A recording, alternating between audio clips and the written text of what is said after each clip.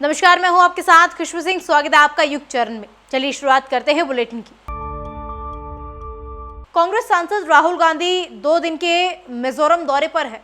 दौरे के दूसरे दिन राहुल ने मिजोरम के कांग्रेस नेताओं से बैठक की। इसके बाद उन्होंने एक प्रेस कॉन्फ्रेंस को संबोधित किया।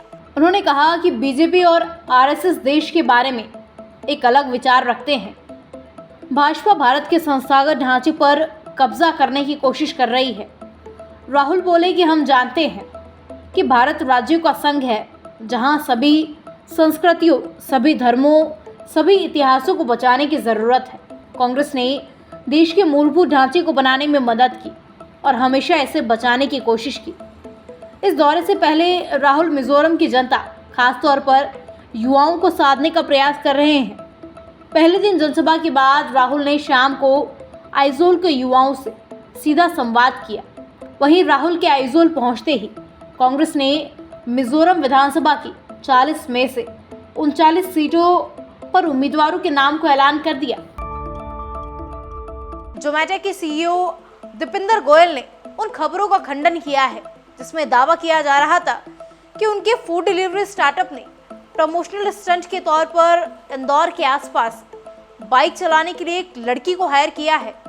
हाल ही में सोशल मीडिया प्लेटफॉर्म पर एक वीडियो सामने आया था जिसमें एक लड़की बिना हेलमेट के स्पोर्ट बाइक चलाती दिख रही है। लड़की ने जोमेटो की रेड टी शर्ट पहनी है और जोमेटो का डिलीवरी बैग भी टांगा है। वीडियो को प्लेटफॉर्म एक्स पर राजीव मेहता नाम के एक यूज़र ने शेयर किया। इसके कैप्शन में दावा किया गया कि जोमेटो की इंदौर मार्केटिंग हेड के पास खाली जोमेटो के बैग के साथ शहर में घूमने के लिए एक मॉडल को हायर करने का विचार आया था। दीपेंद्र गोयल ने इसका जवाब देते हुए कहा कि कंपनी का मॉडल से कोई लेना देना नहीं है। उनके पास इंदौर में कोई मार्केटिंग हेड भी नहीं है। दीपेंद्र गोयल ने यह भी कहा कि जोमेटो बिना हेलमेट बाइक राइड को सपोर्ट नहीं करता। गोयल ने कहा, ऐसा लगता है कि कोई हमारी ब्रांच पर फ्री राइडिंग कर रहा है। उन्होंने ये कहा कि महिलाओं के फूड डिलीवरी करने में कुछ भी गलत नहीं है। हमारे पास सैकड़ों महिलाएं हैं जो अपने परिवार के लिए आजीविका कमाने के लिए प्रतिदिन फूड डिलीवरी करती हैं। राजस्थान में 25 नवंबर को विधानसभा चुनाव है। इन चुनावों के लिए कांग्रेस की ओर से अभी तक उम्मीदवारों की पहली सूची जारी नहीं की गई है। कांग्रेस की पहली सूची जल्द आ सकती है। इस बीच मुख्यमंत्री अशोक गहलोत के पुत्र वैभव गहलोत को लेकर के भी बड़ी खबर सामने आई है। खबरों की माने तो आरसीए अध्यक्ष वैभव गहलोत को कांग्रेस की ओर से विधानसभा चुनाव में टिकट मिल सकता है।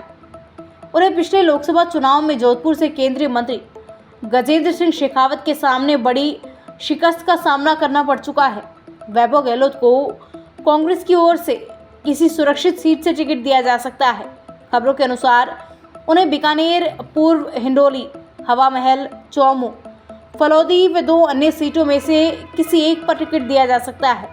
इन सीटों पर माली के साथ अन्य ओबीसी और मुस्लिम वोटरों की बड़ी संख्या है। राजस्थान में विधानसभा के चुनाव में अब कुछ ही समय बचा हुआ है। इस बीच विश्वजीत सिंह मेवाड़ बीजेपी में शामिल हो गए हैं। इसके अलावा भवानी सिंह कालवी भी बीजेपी में शामिल हो गए हैं। नेताओं के पार्टी में शामिल होने के बाद राजस्थान भाजपा के अध्यक्ष ने कहा, जिनकी आज पार्टी में सदस्यता हुई है वो वीर महाराणा प्रताप के वंशज विश्वराज सिंह है और दूसरे भवानी सिंह कालवी, जिनके पिता करनी सेना के अध्यक्ष रहे हैं। प्रेस वार्ता में मौजूद केंद्रीय कानून मंत्री अर्जुन राम मेघवाल ने कहा कि राजस्थान में इनका बड़ा योगदान रहने वाला है। 2047 तक भारत को एक विकसित देश बनाने वाले मोदी जी के संकल्प में राजस्थान का बहुत बड़ा योगदान रहने वाला है। राजस्थान को भी विकसित राजस्थान इन दोनों के भाजपा में आने के बाद ही होगा। वहीं भवानी सिंह कालवी ने कहा, भाजपा जो एक टीम के नाते मुझे बताएगी और एक टीम प्लेयर की तरह मिलकर काम करेंगे और गेम जीतने की कोशिश करेंगे। इसके साथ ही विश्वराज सिंह ने कहा, मेरे पूर्वजों ने हमेशा सर्व समाज की भलाई के लिए सोचा है और इसी सोच के साथ आज मैं भाजपा से जुड़ा हूं।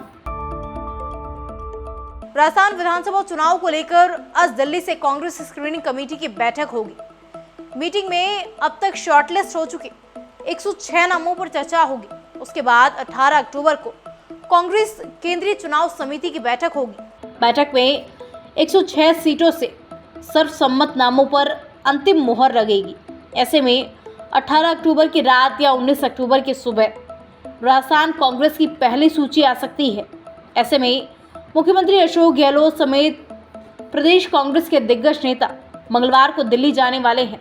कहा जा रहा कि वह सभी कांग्रेस स्क्रीनिंग कमेटी की आज होने वाली दूसरी बैठक में हिस्सा लेंगे और राजस्थान की सीटों को लेकर मंथन करेंगे।